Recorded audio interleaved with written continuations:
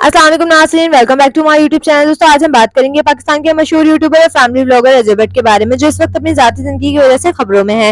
रजब भट्ट अपनी बीवी ईमान रजब से अलहदगी के बाद शदीद तनकीद की जिद में है। दोनों का एक बेटा भी है, लेकिन इनकी शादी का अंजाम काफी तल्ख साबित हुआ।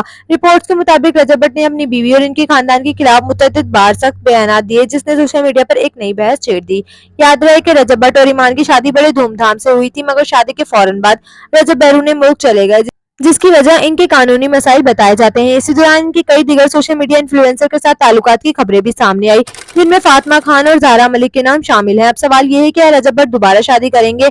एक इंटरव्यू में गुफ्तगू करते हुए रजब भट्ट ने वाज़ेह तौर पर कहा कि वो फिलहाल दूसरी शादी का कोई इरादा नहीं रखते। इनके मुताबिक वो अभी इस बारे में बिल्कुल नहीं सोच रहे हैं और अपनी जिंदगी के इस मरहले पर दोबारा शादी इनकी तरजीह नहीं है।